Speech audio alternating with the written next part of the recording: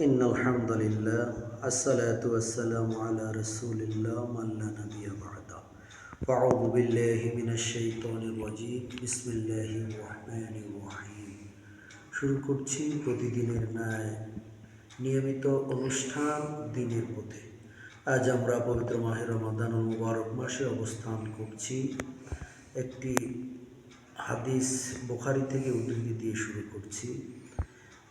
আল্লাহর নবীর সাহাবী আবু হুরায়রা রাদিয়াল্লাহু তাআলা আনহু বলেন, নবী করিম সাল্লাল্লাহু আলাইহি ওয়াসাল্লাম বলেছেন, যখন পবিত্র মাহে রমাদানুল মুবারক মাস শুরু হয় তখন আল্লাহ তাআলা বেহেশতের সব কয়টি দরওয়াজা খুলে দেওয়া হয় এবং জাহান্নামের সব কয়টি দরওয়াজা বন্ধ করে দেওয়া হয় আর শয়তানকে শৃঙ্খলবদ্ধ করা হয়। আল্লাহ তাআলা আমাদেরকে রমাদানুল মুবারক এই জন্যই দিয়েছেন যে জাহান্নামের দরওয়াজা বন্ধ করার মানেই হচ্ছে তোমরা জান্নাতের দিকে ধাবিত হও। শয়তানকে শৃঙ্খলা করার মানে হচ্ছে তোমরা অন্য সময় যে তোমাদেরকে শয়তান ওয়াসওয়াসা দিত, সেই ওয়াসওয়াসা থেকে তোমরা বেঁচে যাবে, তাই তোমরা জান্নাতের দিকে ধাবিত হও। আমরা যদি একটি ঘরের মধ্যে আগুন লাগিয়ে অনেকটি দরওয়াজা থাকে, সব কয়টা দরওয়াজা বন্ধ করে দিয়ে একটি দরওয়াজা খোলা রাখি, তাহলে এই একটি দরওয়াজা খোলা রাখার মানে হচ্ছে যে তোমরা এই দরজা দিয়ে তোমাদেরকে হেফাজত করতে পারবে, বের হতে পারবে। তা আল্লাহ তাআলা আমাদেরকে এইটাই নবী সাল্লাল্লাহু আলাইহি ওয়াসাল্লামের হাদিস থেকে আমরা শিক্ষা গ্রহণ করতে পারি, যেহেতু জাহান্নামের দরওয়াজা বন্ধ, ওইদিকে যাওয়ার আমাদের কোনো রাস্তা সুযোগ নেই।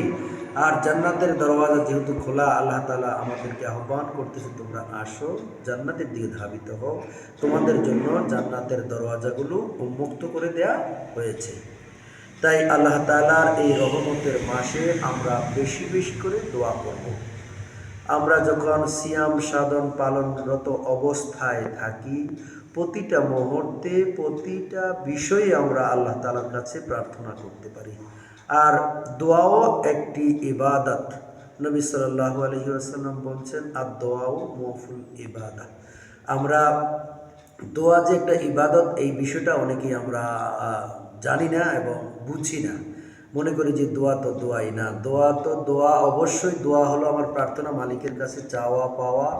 আরেকটা হলো এটা ইবাদতে গণ্য হবে। আমি রোজা রাখলে, নামাজ পড়লে, হজ করলে, জাকাত করলে, যেমনি জাকাত দিলে যেমনিভাবে আমার ইবাদতে গণ্য হয়, ঠিক তেমনিভাবে আমি যতক্ষণ দোয়ায় থাকব, দোয়ার সময়টাও আমার ইবাদতের মধ্যে পরিগণিত হবে। তাই আমরা বিশেষ করে রমাদানুল মুবারক মাসের বিশেষ বিশেষ কয়েকটি মুহূর্ত রয়েছে, এমনিতেই সারাক্ষণ সর্ব অবস্থায় আমরা আল্লাহ তাআলার কাছে দোয়া করতে পারি। হে আল্লাহ, আমার নামাজ কবুল করো, আমার রোজা কবুল করো, রোজা রাখার তৌফিক দাও, হালাল রিজকের ব্যবস্থা করো, কামাই রোজগারের বরকত দাও, আমার রিজিকের দরওয়াজা প্রশস্ত করে দাও, আমার আব্বাকে মাফ করে দাও, আমার আম্মাকে মাফ করে দাও, আমার দান সাদাকা কবুল করে দাও। এই হলো সর্ব অবস্থায় দোয়া। বিশেষ বিশেষ মুহূর্তে দোয়া হলো আল্লাহ তাআলা, আমরা জানি এমনিতেই সব সময় শেষ রাত্রিতে বান্দাদেরকে ডাকতে থাকেন, তোমরা কে আছো, গুনাহ ক্ষমা চাইবে, আমার কাছে চাও, আমি তোমাদের গুনাহ মাফ করে দিব। কে অভাবগ্রস্ত আছো, আমার কাছে চাও, আমি তোমাদের অভাব দূর করে দিব। কে অসুস্থ আছো, সুস্থতা চাও, আমি তাকে সুস্থতা দান করব। তো শেষ রাত্রিতে আমরা যখন সেহরি খেতে উঠি, তখন 2 রাকাত 4 রাকাত তাহাজ্জুদের নামাজ আদায় করে আল্লাহ তাআলার নিকট কায়মনোবাক্যে আমরা প্রার্থনা করতে পারি, যাতে আল্লাহ তাআলা আমাদের প্রার্থনা কবুল করেন। যেহেতু আল্লাহ তাআলা আমাদেরকে ওই সময়টায় ডাকেন, আল্লাহর কাছে চাইতে বলেন, মালিক যখন নিজেই শিখিয়ে দিয়েছেন, বান্দা তোমার কি প্রয়োজন, আমার কাছে চাও, আমি তোমার চাহিদা মিটিয়ে দেব। এই মুহূর্তটা আমরা দোয়া করতে পারি। আরেকটি মুহূর্ত হচ্ছে আমরা যখন ইফতার নিয়ে সামনে বসে থাকি, তখন আল্লাহ তাআলার কাছে এই মুহূর্তে প্রার্থনা করলে প্রার্থনা কবুল হবে।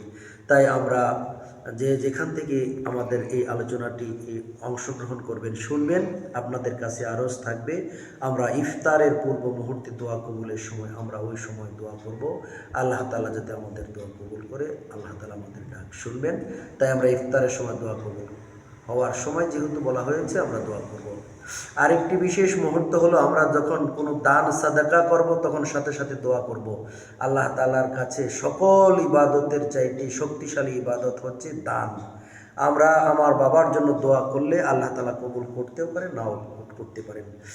আমরা যদি 5টি টাকা, 10টি টাকা, 100 টাকা আমার বাবার নামে সাদাকা করি, এটা দ্রুত আল্লাহ তাআলার কাছে কবুল হয়ে যায়। তাই আমরা বিশেষ করে আমরা যখন দান সাদাকা করব তখনও আল্লাহর কাছে দোয়া করব। দোয়া মানে এমনটি না একেবারে উঁচু করে মসজিদে যেয়ে আমাদেরকে কি করতে হবে, বসে দোয়া করতে হবে দুহাত তুলে, এমনটি নয়।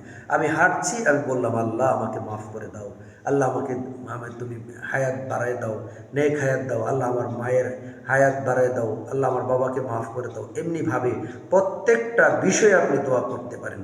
হাঁটছেন এমত অবস্থা আপনি বলতে পারেন আল্লাহ আমাকে রোড কার্ডের অ্যাক্সিডেন্ট হইতে বাঁচাও, আল্লাহ এই রোজাগুলি যেইগুলি রেখেছি কবুল করে নাও, আল্লাহ যেই কয়টা রোজা আমার সামনে রয়েছে সুস্থ সবল অবস্থায় রাখবার তৌফিক দাও, আল্লাহ রোজার মধ্যে যত কল্যাণ রয়েছে আমাকে দান করো, আল্লাহ রোজার মধ্যে যত নেকি রয়েছে আমাকে দান করো, আল্লাহ ঈদগার ময়দানে আমাকে যখন নিবা আর বাড়িতে যখন আমাকে ফিরাবা বেগুনা মাসুম করে ফিরাবা, আল্লাহ আমার দান সুখে কবুল করো। প্রত্যেকটা বিষয়ে আমরা দোয়া করতে পারি। তাই আপনাদের সকলকে যে যেখান থেকে শুনছেন দেখছেন, আপনাদের সকলের কাছে পবিত্র মাহে রমাদানুল মুবারক মাসে আমি আপনাদেরকে বেশি বেশি করে দান সাদাকা যার যত আছে, এমনটি নয় হে ধনীরা তোমরাই দান করো, এমনটা না।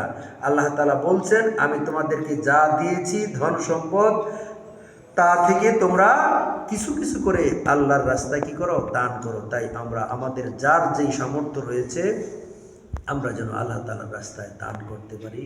আল্লাহ তাআলা যেন আমাদেরকে দানশীলের খাতায় আমাদের নাম বসান।